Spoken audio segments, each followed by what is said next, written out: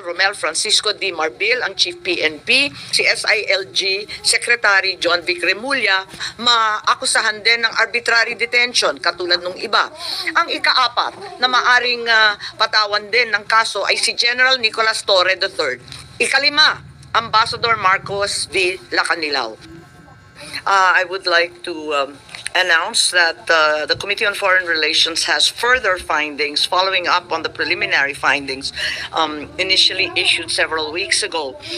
Matapos ang tatlong hearing, tatlo na naman ang aming findings at natuklasan. Unang-una, ang pag-aresto at pagsuko kay dating Pangulong Rodrigo Duterte sa ICC ay klarong may motibong politikal. Ikalawa, may magkakaugnay na pagtatangkang pagtakpan ang mga detalye at motibo sa likod ng pag-aresto ng dating Pangulo.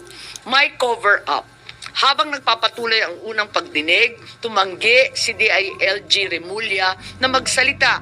Tanungin siya tungkol sa panayam kay Pinky Webb, kung saan sinabi niya na group effort ang pag-aresto at in-invoke pa ang executive privilege samantalang lumabas na sa media.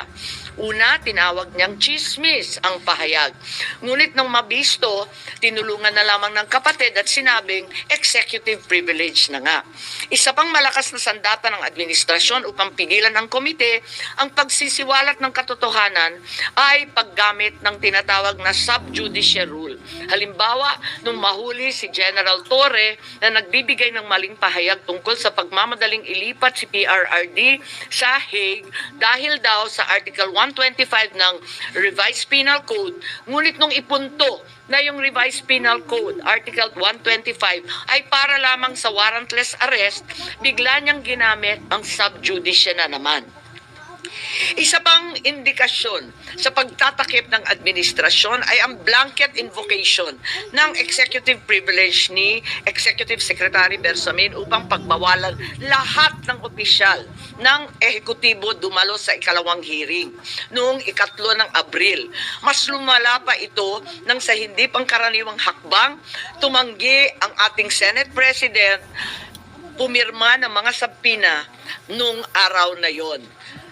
Bagaman dumalo mga opisyal sa ikatlong pagdinig noong 10 ng Abril, ginamit pa rin ang executive privilege sa mga susunod na isapin. Kung sino-sino nag-utos ng pag-aresto, kung sino ang nag-utos ng paglipat niya sa Hague, at kung paano nakuha ang eroplano na ginamit sa paglipat. Hindi nagtapos ang cover-up sa pagdinig dahil alam din natin na matapos yon pinalaya si Ambassador Lacanilao at hindi na naman pinirmahan yung mga sabpina. Matapos ang pag-aresto kay PRRD, lumakas ang pro-Duterte sentiment at bumagsak ang trust rating ng administrasyon. Ayon sa isang mapagkakatiwalaang source, naglunsad na ngayon ang administrasyon ng isang communication plan upang ilihis ang atensyon ng publiko patungo sa mga issue ng West Philippine Sea at di umanong disinformation ng mga tinatawag na China trolls ng kanilang embassy. Kaya asahan natin na ito ang magiging balita sa mga susunod na araw. Hindi inaasahan ang political backlash sa pag-aresto sa dating Pangulo, kaya ngayon sinusubukan nilang kontrolin ang sitwasyon sa pamamagitan ng pag-focus sa West Philippine Sea, pagsisi sa China, at sa huli ay iuugnay ang pagtaas ng suporta kay Duterte sa sinasabing kampanya disinformation ng China. So una, may duda tayo na politically motivated. Ikalawa, whole of government ang nagamit dito, na talaga naman comprehensive itong planong ito. At ikatlo, ang mga posibleng managutan ng criminal and administrative charges. At iminumungkahi namin na imbestigahan ng Office of the Ombudsman ang mga sumusunod. Una, si DOJ Secretary Remulla Boying maaring managot sa violation of RA 3019, Anti-Graft and Corrupt Practices, for sanctioning an invalid administrative arrest against the former president in contravention of the ruling of the Supreme Court in the 2023 case of Immigration versus Juan Wenle. Maliwanag na napakadaming kondisyon, kwalifikasyon at requirement na isinaad ng ating Korte Suprema doon. Ikalawa, usurpation ng DOJ ng judicial functions. Kahit hindi sila korte, naghahatol sila na halos sila ang naging husgado. Ikatlo, grave misconduct and conduct prejudicial to the best interest of public service. Ikalawa, baka managot din si General Romel Francisco D. Marbil, ang Chief PNP, sa arbitrary detention, Article 124 ng Revised Penal Code. Violation of RA 3019, anti-graft and corrupt practices for inducing or persuading General Torre to perform an act in violation of laws, rules, and regulations or an offense in connection with the official duties of the latter. Grave misconduct and conduct prejudicial to the best interest of public service.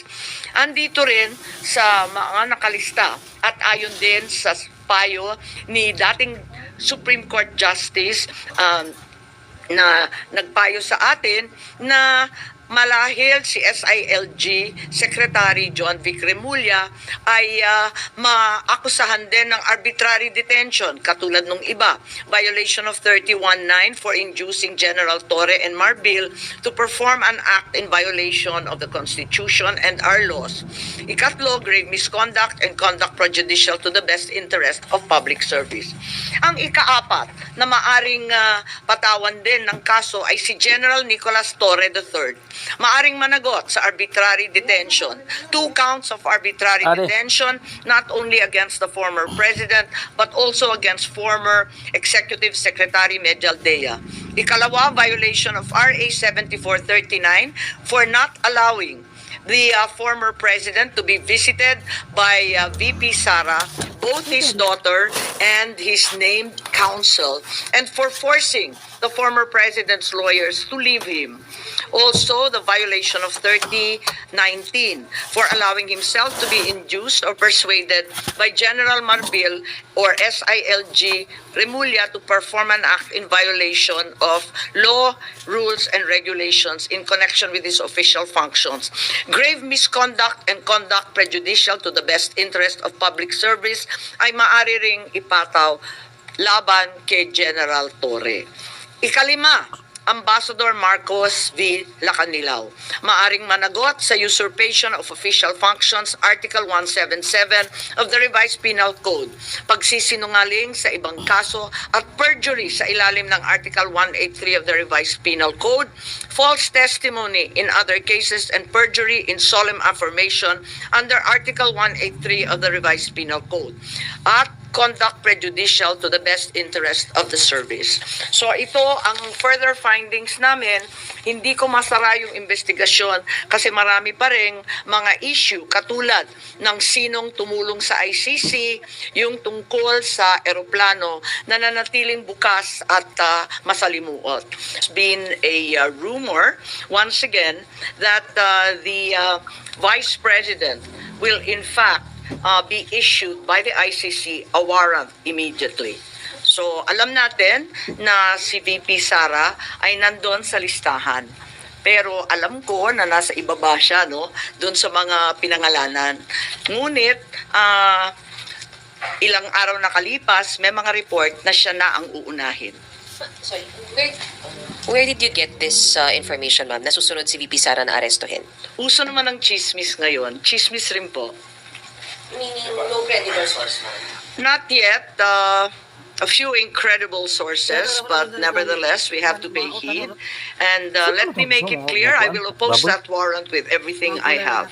Foremost, the administration has said time and time again through the President himself that the ICC has no jurisdiction in the Philippines. Therefore, any warrant of arrest by the ICC cannot be enforced in this country for lack of jurisdiction. It is nothing, that warrant from the ICC, but a mere scrap of paper. Walang bale yun. In addition, there's no basis for the Philippine government to cooperate with the Interpol in enforcing an ICC warrant. The mere fact that the void warrant is transmitted through Interpol does not make it less void, does not make it valid. At ikatlo, as the hearings have established, the circumstances surrounding the investigations of the ICC in this country, the